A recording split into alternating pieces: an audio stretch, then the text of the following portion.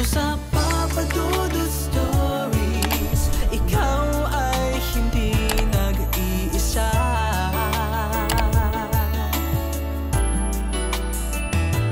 Dito sa Papa Dudut Stories, may nagmamahal sa'yo. Papa Dudut Stories, Papa Dudut Stories. Dear Papa Dudut, sa lahat po ng mga nakatutok ngayon, huwag pong kalimutan mag-like, mag-share at mag-subscribe. Maraming salamat po sa inyong lahat.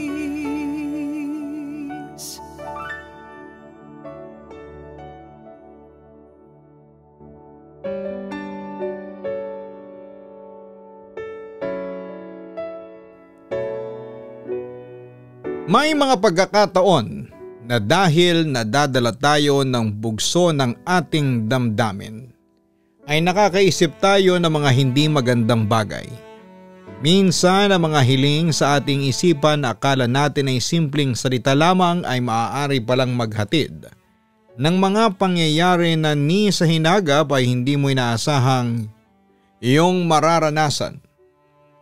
Dear Papa Dudut, kumusta po? Itago niyo na lamang po ako sa pangalang Chloe, 27 years old at kasalukuyang nagtatrabaho sa isang opisina.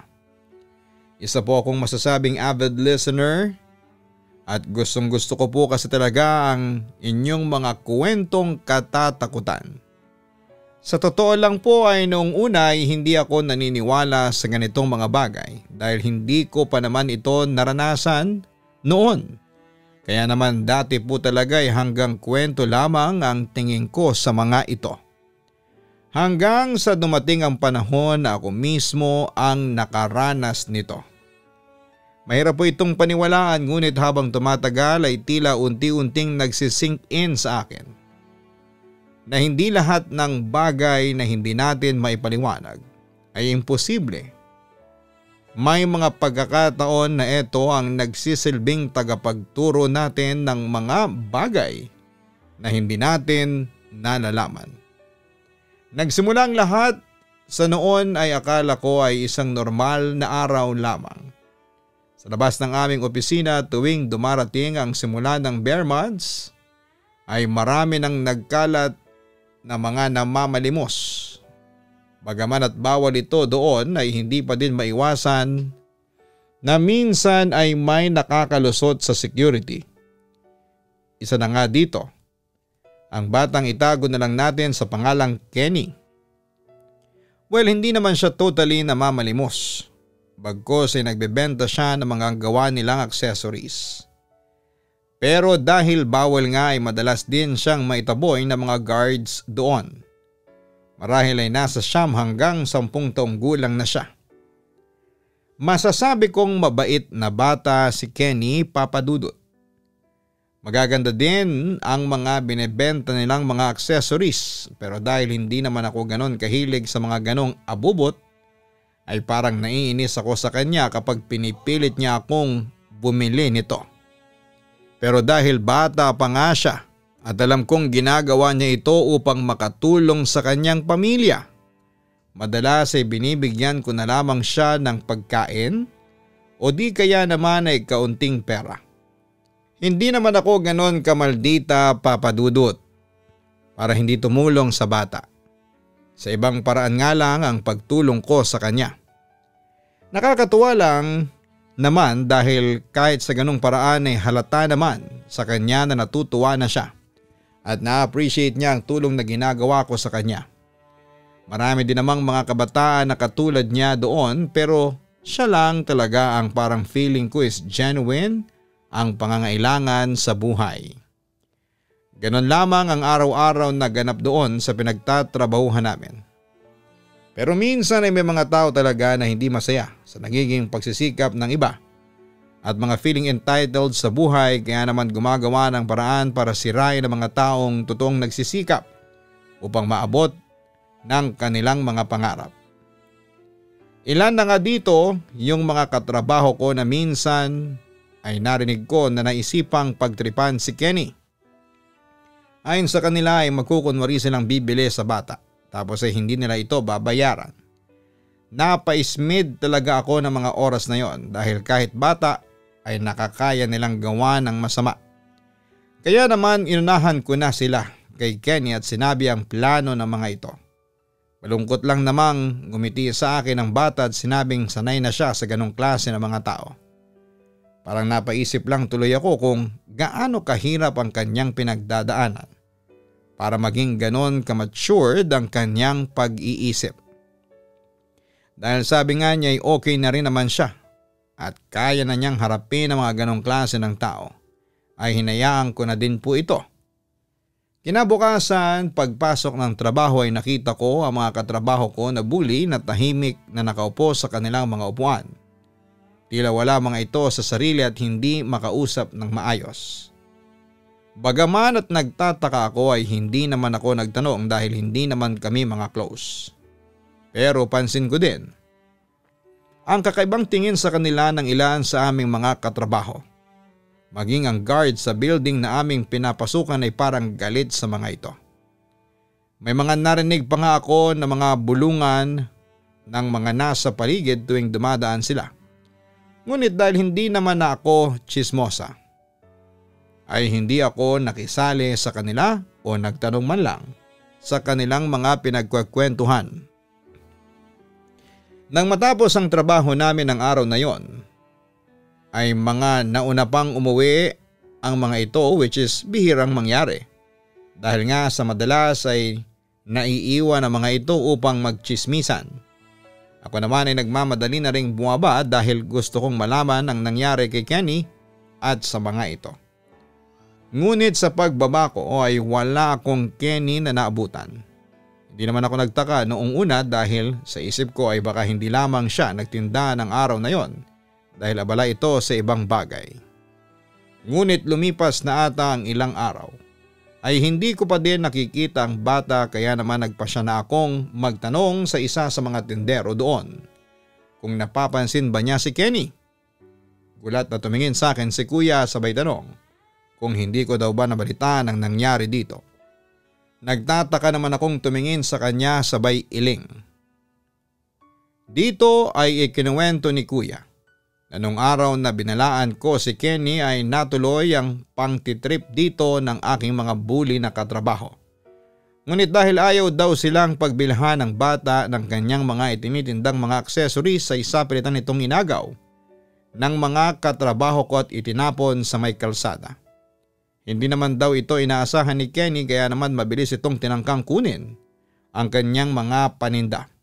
Pero pagtakbo nito ay may truck na mabilis ang pagpapatakbo. Nasagasaan nito si Kenny at on the spot ay binawian ng buhay ang bata.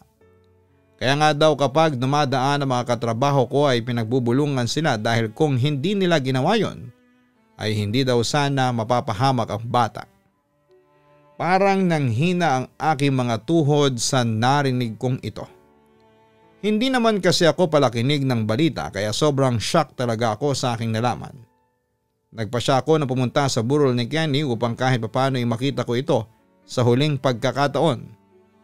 Pagdating ko doon ay natanaw ko ang kanyang ina. Tulala itong nakatingin sa kabaong ng kanyang anak. Lumapit naman ako dito at bumati. Nang makita ako nito ay umiyak ito ng umiyak. Sabay yakap sa akin. Yumakap din naman ako sa kanya at inalo pa ito.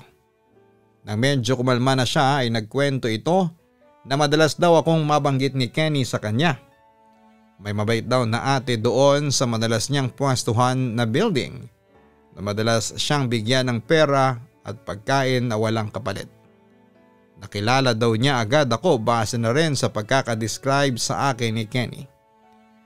Matapos kong marinig ang mga sinabing yon ng kanyang ina ay hindi ko din tuloy na pigilang hindi maluha. Napakabait na bata ni Kenny. Kaya naman parang hindi niya deserve ang nangyari sa kanya. Hindi ko tuloy maiwasang hindi magalit sa aking mga bully na katrabaho. Dahil kung hindi nila itinapon sa kalsada ang mga paninda ni Kenny, ay maaaring hindi siya na aksidente. Upang makatulong na din sa kanyang magulang ay nag-abot din ako sa kanila ng kaunting tulong. Malaki naman ang pasasalamat sa akin ng kanyang ina. Bago ako umalis doon ay sumilip ako sa kabaong ni Kenny. Hindi naman nahalata ang sugat nito sa kanyang ulo. Sa kamay nito ay naroon ang kanyang mga ginawang mga accessories. Habang tinitingnan ko siya ay kinausap ko rin siya sa aking isipan. Pabiro kong hiniling dito na multuhin niya ang mga katrabaho ko na naging dahilan ng kanyang pagkawala upang madala at matuto ang mga ito. Medyo natatawa pa nga ako noon sa aking sarili dahil parang ang childish ko sa part na yon. Ni sa hinagap ay hindi ko inakala na ang pabirong hiling ko na yon ang siya palang magdadala ng pagbabago sa aking kaisipan at buhay. Paglabas ko ng bahay nila Kenny ay sinalubong ako ng kakaibang lamig. Hindi naman kasi mahangin ang panahong yon kaya medyo nagtaka lamang ako kung ano ang nararamdaman ko na ito. Hindi ko tuloy maiwasang hindi mapalingon sa kinakalagyan ng kabaong ni Kenny. Nung wala naman na akong mapansing kakaiba ay tumuloy na din ako sa aking pag-uwi. Pagdating ko sa bahay na aking tinutuluyan ay doon ko naramdaman ang lahat ng pagod.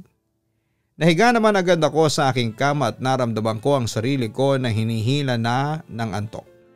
Halos kakapikit pa lamang ng aking mga mata ay muli kong naramdaman ang malamig na hangin na nadama ko noong nandun ako sa bahay nila Kenny. Napabalikwas talaga ako ng bango noon dahil parang iba na ang pakiramdam ko. Inilibot ko ang aking paningin ngunit wala naman akong nakitang anumang kakaiba. Parang gusto ko nang batukan ang sarili ko dahil feeling ko ay masyado na akong paranoid. Hihiga na sana muli ako sa aking kama. Nang biglang mahagip ng aking tingin ang kumikinang na bagay sa gilid ng aking kama. Nang tingnan ko ito, ay parang nanlamig ang buong katawan ko dahil ang bagay na naroroon ay isa sa mga itinitindang accessories ni Kenny. Alam kong imposibleng magkaroon ng ganong bagay sa aking bahay. Dahil nabanggit ko nga po na never naman akong bumili sa kanya nito. Kaya papaanong napunta ito sa aking kama? Dahil sa isiping yon ay halos hindi ako makatulog ng maayos. Kinabukasan ay medyo lutang pa nga ako sa mga naganap sa akin. Nagtataka din kasi ako kung bakit tila nagpaparamdam sa akin si Kenny. Sign kaya ito na narinig niya ang hiling ko. Yan ang mga bagay na gumugulo sa aking isipan ng mga panahong ito. Pero natatawa na lang din naman ako dahil parang ang nonsense naman ng bagay na yon. Paano niya ako maririnig kung wala na siya at nasa kabilang buhay, hindi ba? Upang hindi ko na masyadong isipin pa ang bagay na ito, ay nabala ko na lamang ang sarili ko sa trabaho. After naman ng ilang saglit ay nawala na din ito sa aking isipan. Akala ko ay ayos na ang lahat at wala nang anumang mangyayari. Ngunit lahat kami ay nabigla sa opisina ng isa sa mga katrabaho kong bully ay bigla na lamang nagsisigaw. Agad naman siyang nilapitan ng aming mga katrabaho at tinanong kung ano ang nangyayari sa kanya. Nanginginig nitong itinuro ang kanyang drawer at doon ay bumungad sa amin ang isang duguang bracelet. Lahat ata kami ay namutla dahil ang bagay na yon ay mula sa mga ibinebentang accessories ni Kenny noon. Napapaupong umiyak ang aming kasamahan habang ang iba naman niyang kaibigan ay nakapalibot sa kanya habang inaalo siya. May ilan sa amin na napapaismid. At narinig ko pa nga ang iba na nagsabi na buti na nga lang sa kanya dahil masama ang ugali nito. Hindi ko naman alam ang iisipin ng mga oras na yon. Hindi maiwasang pumasok sa isipan ko ang naging kaganapan kagabi. Ngunit inalis ko din ito sa aking isipan. Baka naman may nangtitrip lang sa aming bully na katrabaho dahil napiko na sa mga ito. Ito na lamang ang aking ipinagpalagay upang hindi ako makaramdam ng takot. Itinapon ng katrabaho namin ang dugo ang bracelet na yon Pinauwi na rin muna ang aming katrabaho dahil hindi na ito makagawa ng maayos at nakatulala lamang sa opisina. Wala naman ang iba pang nangyaring kakaiba ng araw na yon sa aming opisina. Kaya naman nabuo din talaga sa isipan naming magkakatrabaho na may nagbirunga lamang sa bully naming kasamahan. May ilang natutuwa sa nangyayari, may iba naman na tila nabahala dito. Paano daw kasi kung ang gumagawa daw talaga nito ay ang kaluluwa ng yumaong si Kenny at gumaganti ito sa mga taong naging dahilan ng kanyang aksidente. Tinawanan lang naman sila ng iba naming kasamahan sa opisina. Hindi naman daw totoo ang mga multo na yan at tanging kathang-isip lamang ito ng mga taong malilikot ang imahinasyon. Kung wala siguro akong naramdamang kakaiba, marahil ay nakikitawa din ako sa kanila. Umuwi ako ng araw na yon, naggulong-gulo ang utak ko sa mga nangyayari. I kind of feel guilty if ever na nangyari ang mga kababalaghan na yon dahil nga sa birong hiling na aking ginawa. Upang mapanatag ang aking isipan ay tahimik din akong nagdasal na kung narinig man ni Kenny ang aking hiling ay kalimutan na niya ito dahil nagbibiro lamang ako. Nakaramdam muna ako ng ilang mga saglit nang wala namang nangyari ay napahinga ako ng malalim dahil akala ko ay ayos na ang lahat at hindi na mauulit pa ang insidenteng naganap kanina sa opisina. Ngunit tulad noong una ay mali pala ang aking akala. Kinabukasan kasi ay isa na naman sa mga bully naming katrabaho ang hindi nakapasok dahil daw sa takot nito. Kagabi daw kasi habang pauwi ito ay nagparamdam sa kanya si Kenny. Ayon sa kwento ng isa naming katrabaho, pasakay na daw sana sa kanyang kotse ang katrabaho namin. Akmang bubuksan na niya ang makina ng kanyang sasakyan ngunit hindi daw ito gumagana. Nakailang ulit na daw ito ngunit ganun pa din ang resulta. Medyo naiinis na nga daw ito. Dahil nung umaga naman daw ay walang problema ang kanyang sasakyan. Kaya naman nakapagtataka na ngayong uwian ay saka ito nagloko. Habang abala daw ito sa pagsubok na paandarin ang kanyang kotse ay may kumatok daw sa bintana ng kanyang sasakyan. Saglit daw itong tumingin doon at nakita lamang nito ang isang bata. Nakatayo ngunit hindi naman daw ito nakasilip sa bintana at hindi daw makita ng aming kasamahan sa trabaho ang mukha nito. May hawak daw itong mga paninda at mukhang mag-aalok. Ibinaba daw ng aming kasamahan ang salamin ng bintana ng kanyang kotse. Ngunit saktong pagkababa daw ay biglang nawala ang batang kanina ay kitang-kita niyang nakatayo doon. Napalabas daw ang katrabaho namin sa kanyang kotse upang tingnan kung saan posibleng nagtago o sumuot ang bata. Hindi daw talaga niya ito nakita. Nagtataka na lamang daw na bumalik ang aming kasama sa loob ng kanyang kotse at doon ay muling sinubukang paandarin ito. This time ay gumana daw yon. Masaya daw itong nagmamaneho patungo sa exit ng parking area ngunit nagulat daw ito nang mula sa kanyang passenger seat ay may nagsalitang malalim na boses. Ate, bibili ka ba ng paninda ko? Bili ka na. Agad daw itong lumingon at doon ay nakita nito ang nakangisi at duguang si Kenny. Dala na rin daw ng kanyang gulat ay nakabig daw nito ang sasakyan niya at munti ka ng mabangga. Nang nakabawi na daw ito sa gulat ay nilingon niyang muli ang passenger seat. Wala na dito si Kenny. Ang tanging naiwan na lamang ay ang bakas ng dugo. Marahil ay dala ng takot nito ay nagkasakit daw ang katrabaho naming yon. Kaya naman hindi ito nakapasok.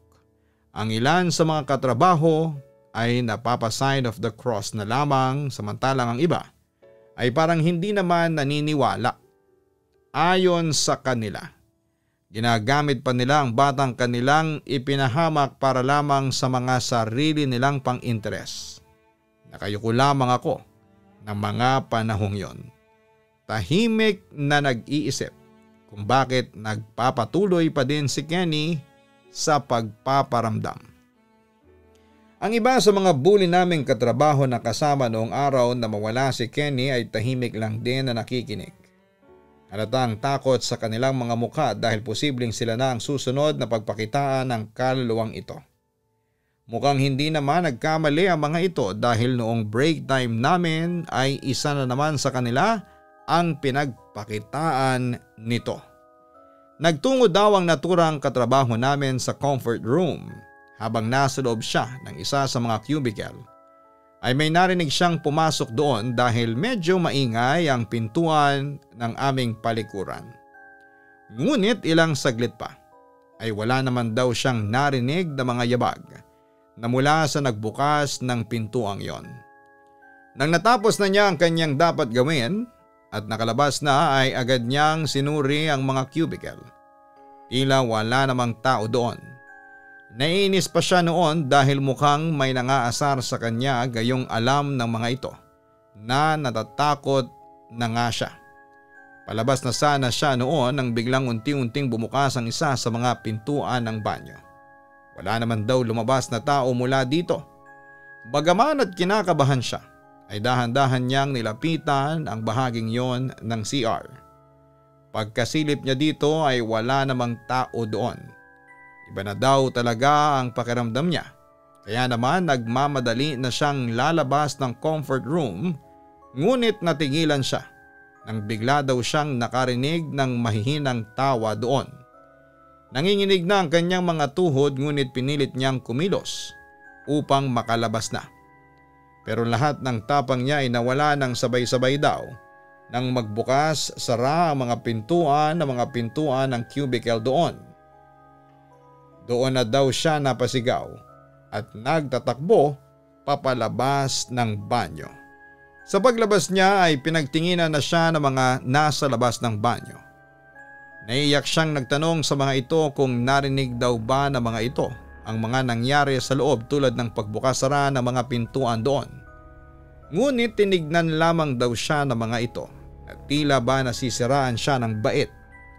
Isa sa mga tao doon ang nagsalita na parang naiinis pa nga sa kanya. Ano bang mga pinagsasabi mo dyan? Wala naman kaming narinig na ingay sa banyo. Bukod sa nakakabingi mong sigaw. Mukhang siya lang daw ang nakarinig at nakasaksi ng lahat ng komosyon na yon. Kaya naman wala siyang nagawa kundi ang bumalik na lamang sa loob ng opisina at doon ay tahimik na umiyak. Dito na parang napaisip ang aming mga katrabaho. Mukhang hindi na ito simpleng pantitrip lang at talagang nagpaparamdam na nga si Kenny. Marami sa mga katrabaho namin ang nagbigay ng suhestyon upang tigilan na sila ni Kenny. Nandyan yung pinapupunta sila sa albularyo at pari at marami pang iba. Pero dahil nga mataas ang pride nitong mga bully kong katrabaho, ay ayaw nilang sumunod at hindi naman daw totoo ang mga ito. Naiinis lang akong nakikinig noon dahil hello, ayun na nga, may tumutulong na nga sa inyo pero ayaw nyo pa rin. Sa isip ko noon ay bahala na kayo. Kung anong maranasan ninyo, total ay mas importante naman ang pride nyo. Magbibigay din kasi sana ako ng suhestyon na personal silang pumunta sa bahay nila Kenny at sa puntod nito upang humingi ng tawad sa kanilang nagawa. Pero sa takbo ng pag-uusap ng mga ito ay mukhang imposibleng gawin nila ang bagay na yon. Kaya naman hinayaan ko na lamang sila, Papa Dudut. Sabi nga nila ay mahirap paliwanagan ng mga taong sarado ang isipan sa mga ganong bagay. Aminado ako na hindi ako nagpapaniwala sa mga multo o ligaw na kaluluwa na yan, pero since nakakaranas din ako ng mga kakaibang mga bagay matapos mawala ni Kenny ay tila naging bukas na rin ang isipan ko dito. Natapos nga ang araw na yon na walang nangyari sa mga suhestyon nila at mas nanaig pa din ang katigasan ng ulo ng aking mga bully na katrabaho. Akala ko ay sa kanila lang mangyayari ang mga pagpaparamdam ni Kenny. Ngunit hindi ko inaasahan na pati pala sa akin ay muli siyang magpapakita. Pag-uwi ko ng araw na yon ay ginawa ko ang mga usual na gawain ko. Patulog na ako noon nang makarinig ako ng katok sa aking pintuan. Nagtataka naman ako dahil halos mag-aalas 10 na ng gabi noon para may dumalaw pa sa akin nang hindi ko inaasahan. Mabilis din naman akong tumayo upang tignan kung sino ang bisita ko, Papa Dudut. Ngunit pagbukas ko ng pintuan ay wala naman akong nakitang tao. Chinek ko naman ang paligid ngunit wala talagang tao doon. Naiinis na bumalik ako sa aking kwarto dahil sa mga nangyari. Pagkapasok ko sa aking silid ay napansin ko kaagad ang tila kakaibang malamig na hangin na sumalubong sa akin. Alam ko ang pakiramdam na yon dahil ganon ang nararamdaman ko noong dumalaw ako sa lamay ni Kenny. Hindi agad ako tumuloy sa pagpasok sa aking kwarto at nilibot ko muna ang aking paningin upang tignan kung may anything unusual ba doon. Nang mapadako ang aking tingin sa may vanity table sa tabi ng aking kama ay doon ko napansin na tila may nakaupo dito. Nagsimula na akong kabahan na mga oras na yon. Gayon pa man ay nilakasan ko ang aking loob at lumapit dito. Nang malapit na ako ay doon ko napagtanto na si Kenny nga ang nilalang na naroroon. Nakayuko ito at makikita ang paggalaw ng mga balikat nito na parang umiiyak. Tinawag ko ang kanyang pangalan, agad naman siyang lumingon sa akin at kitang-kitang lungkot sa kanyang mga mata na pulang-pula ngayon. Duguan ang kanyang ulo na parang may nakalubog na bahagi pa dito. Awang-awa ko sa kanyang itsura at hindi ko din napigilan ang aking sarili na tanungin siya kung ano ang pakay niya doon at bakit niya ako dinalaw. Umiyak lamang itong sumagot na ate, ayaw ko pang iwan sila nanay. Ayaw ko pang mawala sa mundong ibabaw. Parang kinurot naman ang puso ko sa kanyang mga sinabi. Kaya naman napaluha din ako habang sinasabi sa kanya na kailangan na niyang magpahinga at lumagay sa tahimik. Sinabi ko rin sa kanya na tigilan na niya ang pananakot sa aking mga katrabaho dahil hindi maganda ang pagganti. Akala ko ay makukumbinsi ko siya ngunit mukhang malaki talaga ang galit sa mga taong naging dahilan ng kanyang aksidente. Ang kanina'y malungkot niyang ekspresyon ay napalitan ng galit. Ayon sa kanya ay hindi siya titigil hanggat hindi nagbabayad ang mga ito sa ginawa sa kanya. Gaganti daw siya sa mga ito. Matapos niyang sabihin ang mga bagay na yon ay naglaho na lamang siyang parang bula, Papa Dudut. Napaupo na lamang ako sa kama at mukhang kailangan talaga ng mga kasamahan kong humingi ng tawad kay Kenny. Grabe ang galit nito sa kanila dahil sa maaga niyang pagkawala sa mundo. Nagpasya ako na bukas din ay kakausapin ko mga ito at kukumbinsihin. Lunch break, kinabukasan ay agad akong lumapit sa mga bulig kong katrabaho. Nagtataka ang mga tingin nito sa akin. Bihira naman kasi akong makipag-usap sa kanila at depende na lamang kung talagang kinakailangan. Tinanong ko sila kung maaari ko bang makausap sila tungkol kay Kenny. Nang marinig nila ang pangalan na yon ay agad naman silang pumayag. Ikinuwento ko sa kanila ang pagpapakitang ginawa ni Kenny sa akin at ang gusto nitong mangyari. Noong una ay ayaw nilang maniwala sa akin ngunit nang ipinakita ko ang accessory na iniwan sa akin ni Kenny noong unang beses itong magparamdam ay nakuha ko din ang atensyon nila. Nagpresenta na akong samahan sila sa bahay nila Kenny upang makausap ng mga ito ang magulang niya at may turo sa amin ang puntod nito. Kaya naman after ng trabaho namin ay agad kaming nagpunta doon. Nagulat pa nga ang ina ni Kenny dahil may mga kasama ako. Ipinakilala ko naman ang mga kasamahan ko sa kanya. Mga nakayuko lamang sila na tila ba nahihiya sa ina ni Kenny. Nakangiti lang naman sa kanila ito na parang hinihintay ang pagsasabi nila ng dahilan sa pagsadya nila sa bahay nito. Doon na sila nag-iyakan at sabay-sabay na humingi ng tawa dito. Paulit-ulit na nagsorry lamang ang mga ito. Habang ang ina naman ni Kenny ay nagtataka sa kinikilos nila.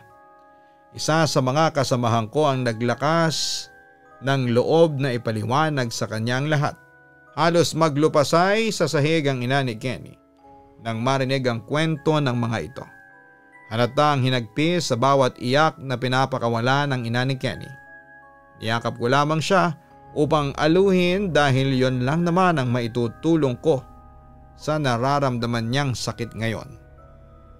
Ang mga kasamahan ko naman ay hindi makatingin ng direkta sa kanya dahil na din sa hiya at pagsisisi sa kanilang ginawa. Bagaman at masama pa din ang loob ng ina ni Kenny ay sinamahan niya kami sa puntod ng kanyang ina. Sa harapan nito ay lumuhod talaga ang mga kasamahan ko upang humingi ng tawad. Nangako din ang mga ito na tutulungan ang pamilya ni Kenny bilang pagpapakita ng kanilang sinserong paghingi ng tawad sa kanya. Matapos nilang magbitaw ng pangako ay naramdaman naming lahat ang isang malamig at malumanay na hangin. Napaiyak na lamang ang ina ni Kenny at mukhang naramdaman din ito ang kanyang anak at ang pagpapatawad na ibinigay nito sa mga taong nagkasala sa kanya. Matapos po ng araw na yon ay natigil na din ang pagpaparamdam sa amin ni Kenny. Yung iniwan niyang accessory sa akin ay ginamit ko na din po dahil iniwan niya itong alaala sa akin. Simula din na nangyari yon ay natigil na din ang pagiging bully ng mga katrabaho ko. Tulad ng pangako nila sa harapan ng puntod ni Kenny. Tinulungan nila ang pamilya ni Kenny na magkaroon kahit papano ng maliit na negosyo. Hanggang dito na lamang po ang aking liham, Papa Dudut. Naway mapili niyo po ang aking liham and more power sa inyong programa. Lubos na gumagalang, Chloe. Bilang isang tao, tayo ay hindi perpekto. May mga pagkakataon na nakagagawa tayo ng pagkakamali sa ating buhay. Gayunpaman, mahalaga na matuto tayong magpakumbaba at aminin sa ating mga sarili ang ating mga nagawa upang sa gayon, sa hinaharap ay maging mas matatag at matalino tayo sa ating mga ginagawa at mga desisyon. Hanapin ang Kaistorya YouTube channel para sa horror stories at manood ng Papa Dudut Family YouTube channel. Sana po ay suportahan niyo yan.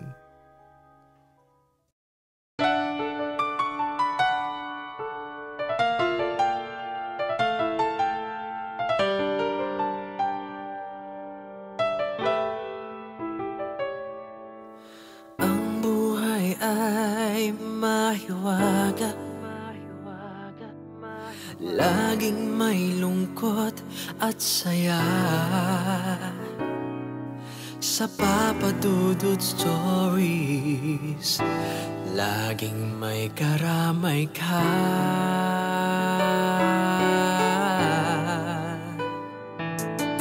Mga problemang kay bigat, dito ay pakikinggan ka.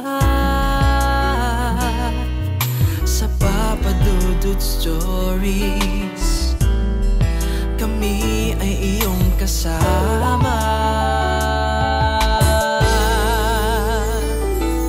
Dito sa Papa Dudut Stories, ikaw ay hindi nag-iisa.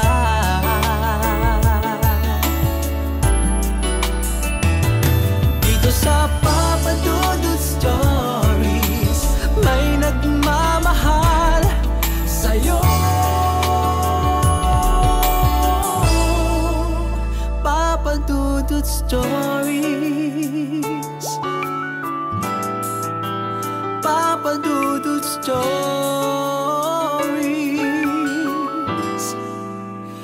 Papa Dudut Stories.